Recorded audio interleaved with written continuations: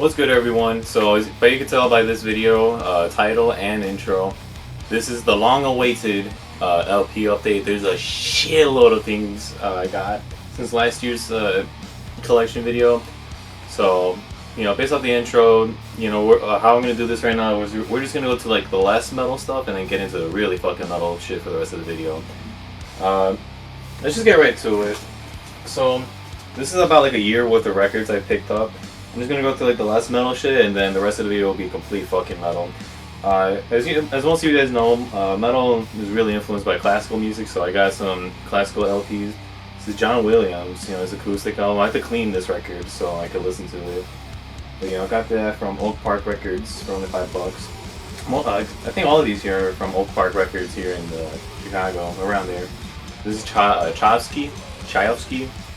I just really want to get into classical music. Just really get my musical horizons out there more. And that's them. And then I got B.B. King's 50th album. Never listened to B.B. King, and I figure if I just got into him right when he died a while ago, just would have been some poser type shit. So I got his album right here. I still have to listen to it. It's in the shrink wrap, so it's in good condition too. Right here, I got Aerosmith's debut, self-titled debut, featuring Dream On. It's also in good condition too, so I was glad to pick that up. I got another Aerosmith one right here too. Here we go. Draw the Line. I haven't listened to this LP all the way. Or no, I have, but the one that really sticks out the most is Kings and Queens. That one's a very fucking great track. Not in the best condition right here. You can see it's kind of like all browned out right there. But otherwise, this does sound great. You just gotta appreciate analog recorded LPs.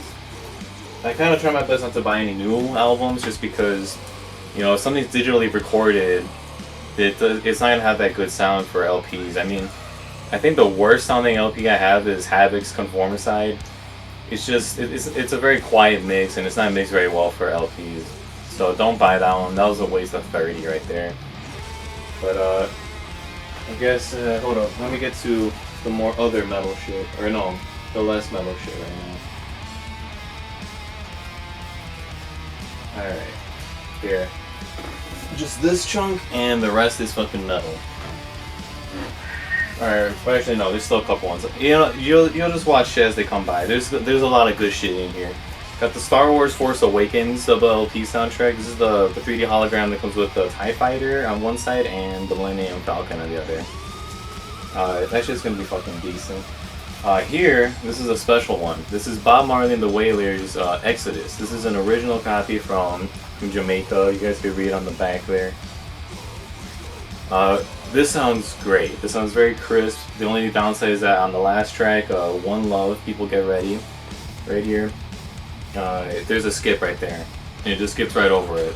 Or no, I think it does loop, but it sucks. But otherwise, I mean, it's still a great copy, and it's a great album nonetheless.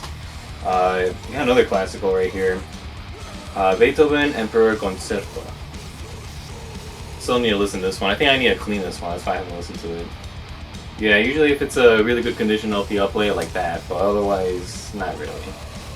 Check that one out. My guitar teacher told me about Jeff Beck, Blow by Blow. This is the one that has Scatterbrain on it. If you're getting into guitar, Blow by Blow would be a pretty nice solo guitarist piece. I would say he's kind of up there with like Joe Satriani and stuff like that. This is a good one. Definitely a great $3 buy. And then I got Imagine by John Lennon. No, the whole album's great. It hasn't really stuck onto me as well, so I'll give it another spin sometime soon. But either way, there's that. And then I got Stranger Things Volume 1 and 2. Still sealed, so I'll probably listen to these soon. I love Stranger Things. The newest season was pretty fucking nice too. I think I kind of prefer Season 1 still, but I still think 2 does a good job of expanding upon it. If I like these soundtracks, I'll sure as fuck buy the next one. Stranger Things 2.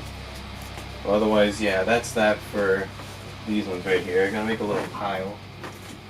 Alright, now we're getting into the metal as fuck. The rest of this video is just gonna be fucking metal. There's one more soundtrack up ahead though, but either way, it's gonna be a badass one. Alright, so now we got Scorpions Blackout. I think the actual LP is very good condition. You know, if you were to sell it on eBay, it's still in the shrink wrap, which, you know, I'm pretty happy about. It's in great condition. So that's a Blackout. Next up, I got Anthrax Among the Living. This one is not an original press, but I mean, it still sounds great. It's still got that nice analog sound. It's, the thing's distributed by Atco Records, which is not by Island. This record was pressed under Island, but it's still a great sounding record nonetheless. I saw Anthrax when they opened for Slayer, and you know, they pulled on a really great show. Speaking of great shows, Power Trip. Holy fuck, these guys are kicking so much ass. I've seen these guys 3 times now. First one was for the Exodus, Obituary, and Power Trip tour.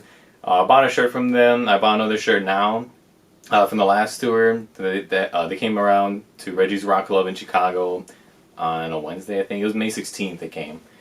But this is from when I bought this from when they came for the Exodus Obituary tour, the Battle of the Bass tour. That was a fucking badass night.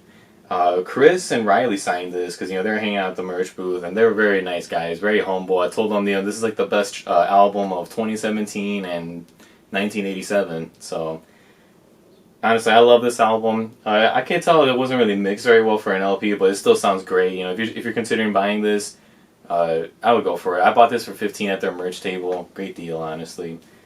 I can't wait for the new album to come out. They just released a compilation album called Divine Apprehension, or no, Opening Fire 2008 to 2014, something like that. But Power Trip's is very fucking kick-ass. Them, Vector, and Gate Creeper, which I'll get up to. Those bands are in this update as well. They're easily the best bands that came up and got big this decade. Power Trip's been a band for 9 years, and they just blew up last year, so I'm happy for them, honestly. Alright, next one. Very special copy to me. Metal Church, The Dark. This one's in stupid good condition. This is in near mint. The eBay seller told me that this has not been spun since 1987. And I believe him. After listening to it for myself, this is a great fucking pressing. It's an original press, you know, by Elektra. You know, this is the same label that had Metallica for once they picked them up for Master Puppets and then Injustice. This is a great album. You know, this is a thrash metal essential. If you haven't listened to this and you like thrash metal, you're missing out, honestly. So, and I saw these guys open for Megadeth too. For Megadeth, right? They went on right before Suicidal Tendencies, and they fucking killed it. Well, I was talking about Suicidal Tendencies, but Metal Church is a great band too. I get like a Judas Priest kind of vibe off that. Next up, Iron Maiden, Killers, original press. This is the last album with Paul Di'Anno, the original vocalist. You know, here's the back right here. This is a great album. One of the more albums that really does stick out to me. Even the new Maiden album, The Book of Souls, really kicked ass too. I'm trying to get that one on LP because CD, it sounds too compressed. You know, it sounds more like an MP3 than it does an actual WAV, as it should. Because, you know, it's way too long to be put on a single disc. Alright, next up you got Morbid Angel, Gateways to Annihilation. This is a pretty badass album, and I would say almost any Steve Tucker album is pretty underrated. Well, I can't say any. This is one of them, though. This is for sure one of their best with Steve Tucker. I saw these guys play a couple songs. I bought a shirt from when they came to Joliet in April. They're a great live band, but, you know, all the fans are pretty old, so no one really moshes anymore, and it kind of sucks. But nonetheless, they're still they're a great band. They're still worth checking out, and that's all I really have to say. This one has Eric Rutan on it.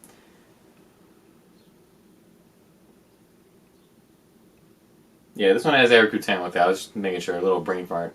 But yeah, Steve Tucker, and who else is on here? This is also produced, and pretty much Jim Morris worked on this one. I think they worked on this at Morris Sound Studios? Yeah, right here.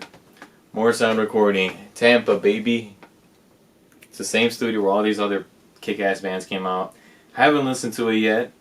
Still sealed. I mean, I listened to it on YouTube a few times, and it's a fucking kick-ass album.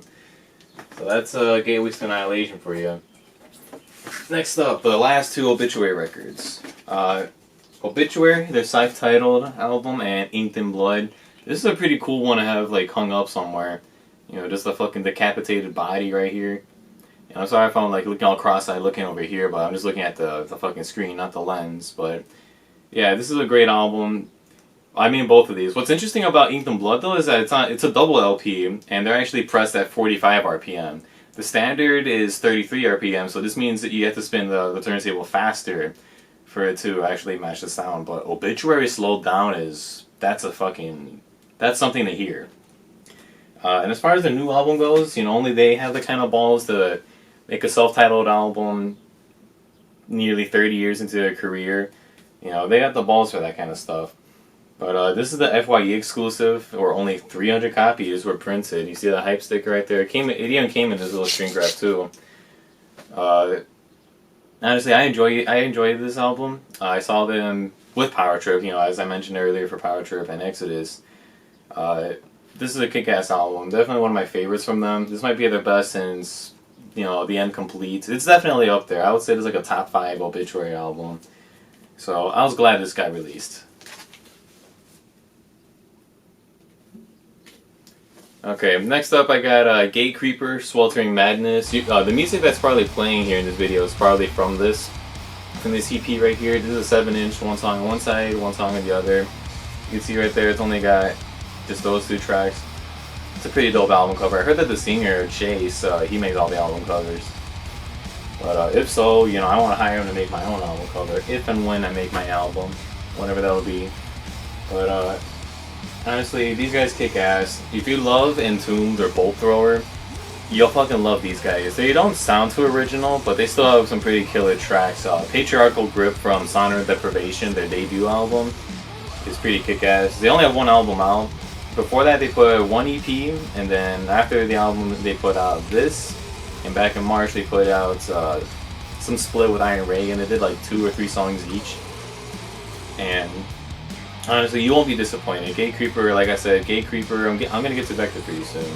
Gatecreeper, Vector, Power Trip are like the best bands that came out this decade. I like Havoc, but I think they are a little overrated. I think they're a little too cocky with, like, oh yeah, with all the other thrash bands out, we got this, I remember David the singer said something like that. It was either DeSanto or Sanchez. I think DeSanto's the singer for Vector. But I saw these guys open for Cannibal Corpse and Power Trip, and I was pretty pissed off because the ticket made me late, half an hour than I should have been, because I think the ticket said 8 o'clock, but I got an email saying that their set was going to start at 8:30. So I come in at 8:40, and these guys are doing the last song. Or no, they did 2 songs left, but they at least played I got to see them play Patriarchal Grip, which is my favorite song from them. And excuse me for that, I just had a phone call right now.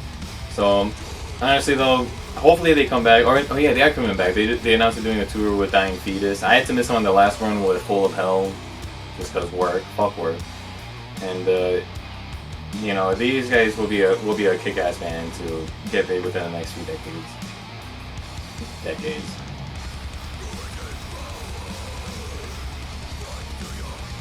Alright, so excuse me for that, I just had a phone call. But yeah, I saw these guys open for Power Trip and Cannibal Corpse, and at least for the 2 songs, the 2 full songs I was there, they kicked ass. Hopefully I'll see them again when they come back with Dying Fetus. That'll be a killer show.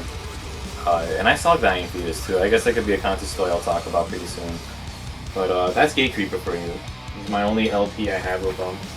Alright, so these next 2, I just came home from LA. If you saw my Terminal Redux unboxing, I mentioned that I went to LA, or that I'm going to LA, but I came back now. I went to Amoeba Records. That was the only record store I went over there. I'm trying to go back there next year, and hopefully if I do, I'll have other records to buy. But either way, I bought Cannabis Corpse, Left Hand Pass. I love their idea. These guys are pretty much me.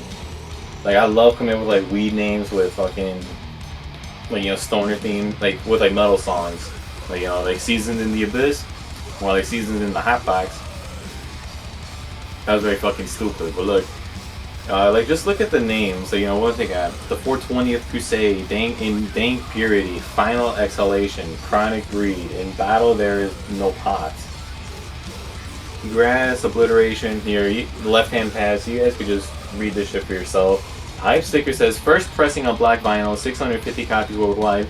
Blunt Force Death Metalers, Cannabis Corpse, Hammer Out, a perfect death metal album that combines straight to the point song rating with technical prowess. You know, you can see that right here. It's got members from 6 Feet Under, Municipal Waste, and what the fuck? Oh yeah, the Black Dahlia Murder. I haven't seen Black Dahlia Murder live yet. I heard they're a great band. But next up, I got the Megadeth not so far. Killing Is My Business remaster. It says on the back, Killing Is My Business and Business Is Good. The Final Kill. This is one of the only remasters, like brand new remasters that came out these days that I actually bought. Yeah, I like the cover so far, and I think some of these are actually re-recorded. But I'll probably do a review of this. You know, this is a new release, and it's got a couple of good, and it's got like the whole album remastered, and then right here, side A and B. Basically, disc 1 is the whole remastered album, and then and the second LP, it's got the live tracks and 3 demos. So I think I listened to the demos before, but I would love to check them out again, especially on LP. Alright, so next up, we got another classic here, especially in thrash metal. Got DRI Crossover. Got this one off eBay. This is a pretty good one too. I think this is one of the albums that kind of stand out from the rest of their career. Just this and Thrash Zone. I can't say too much about them. I know that they tour every year. They play Reggie's Rock. They come to Reggie's almost every year. They come to Chicago. But definitely, you know, if you haven't listened to DRI, this is a good band. I got a fuckload of Black Sabbath records. I got an imported copy of Sabbath Bloody Sabbath. Now, one thing I heard about the UK pressings and the US pressings is that they both have different master tapes. The UK ones sound better, and this LP sounds phenomenal. I honestly fucking loved how this sounds compared to the other productions like Master Reality. I don't know if that's just due to the actual pressing of the master tapes, or that's just. Sorry about that. But yeah, I don't know if it sounds better just because it was the 70s or whatever. But then again, there's other great sounding records from that time. Because my Master Reality misprint copy that I have, it's great. It sounds good, but I feel like it could have sounded a little better. Then again, this isn't a later album. But I can appreciate the album cover. It's a little orgy shit, and even the back's pretty dope too. Sorry about that. But yeah, that's Sabbath Bloody Sabbath. Next up, I got Never Say Die, still in the shrink wrap too. I don't know why I'm pointing my finger out the damn time. But yeah, and I heard this is the album where Bill Ward, the drummer, sings a couple of songs on here just because Ozzy refused to. But yeah, this is the last one I think they had with Ozzy from the original era, from the OG lineup era. And it's a good one, but definitely the worst out of the first 5, 6 albums they had together. Either way, it's okay. Then I got 13 by Black Sabbath. This is the final real album by them. I was pretty pissed off when they announced the farewell tour, and I saw them on the farewell tour. Great performance. It was a very religious experience. Holy shit! But they announced along with the final tour that they would make one more album. Then they kind of said fuck that, and then they just pretty much made an EP called The End. And then all they really did was just grab tracks from here that weren't fully pushed out. They're just unreleased tracks, plus some live recordings. So that's not really a good final album. But this one is though. Produced by Rick Rubin, same guy who worked on the first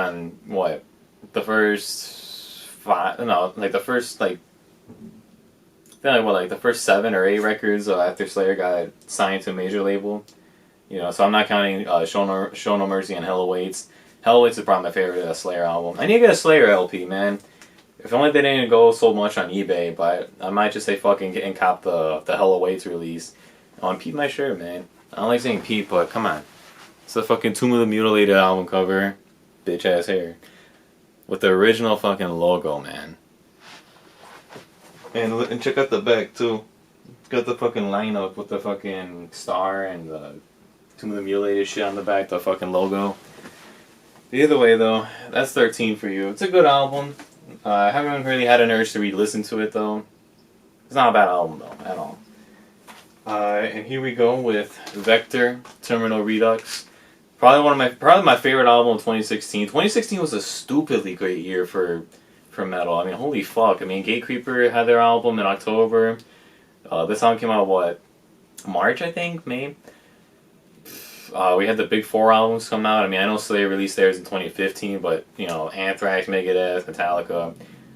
For sure, Megadeth had the best album of the four, Dystopia, which ironically I have right here. It's still sealed. I haven't listened to it in a while, but I just kind of like giving albums like a tolerance break. Like, you ever just get like goosebumps on that? And like on your arms and shit, just like, man, this album's so good, but you listen to it so much, you already know what's coming, so you don't get those goosebumps anymore. I guess that's kind of how like drug addiction works. I'm not sure, but either way, this album's a fucking masterpiece. Every song is so well thought out, and I think it was 4.5 years since their last album, which was Outer Isolation, that came out. And, you know, for these days, people having such short attention spans, that's a long time for a new record to come out, but this really counts. This album's like an hour and 15 minutes. So well thought out. It's a masterpiece. You know, if you haven't bought this album, you should. I was so mad that they came to town in support for this album. And it was a 21 plus show. I'm 18, and at the time I was 16, so I couldn't go. And then literally a month after they came to town, they break up. Or they're still technically it's still going on, but you know the whole band except for the singer and guitarist left. If you just heard like a little gunshot or whatever, that was just a firework. It's 4th of July. Happy 4th of July, by the way. But yeah, just please check this out. It's for your own good. Alright, next one, it's kind of like a sale I'm offering. Right here I have, not an original, I promise you this is not a first pressing, but this is a sealed copy of 1984 by Van Halen. Right here, because Warner Brothers handled them. It says somewhere at the bottom, if it'll focus.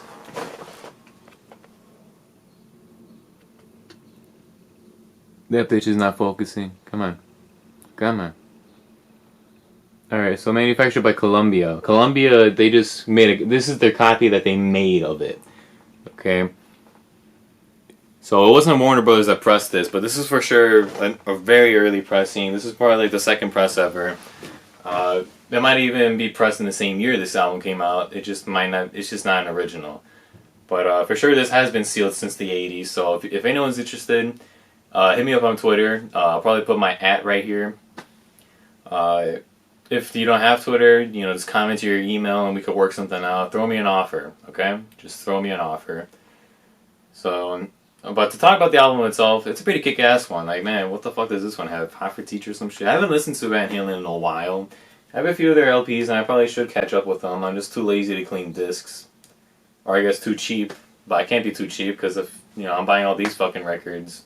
Yeah, I could definitely buy a fucking cleaner. But that's 1984. And I love movie soundtracks. I love soundtracks in general. That's why I showed off Star Wars, Stranger Things, and I got Clockwork Orange, The Dark Knight. But I had to cop this. This is Scarface, the fucking soundtrack.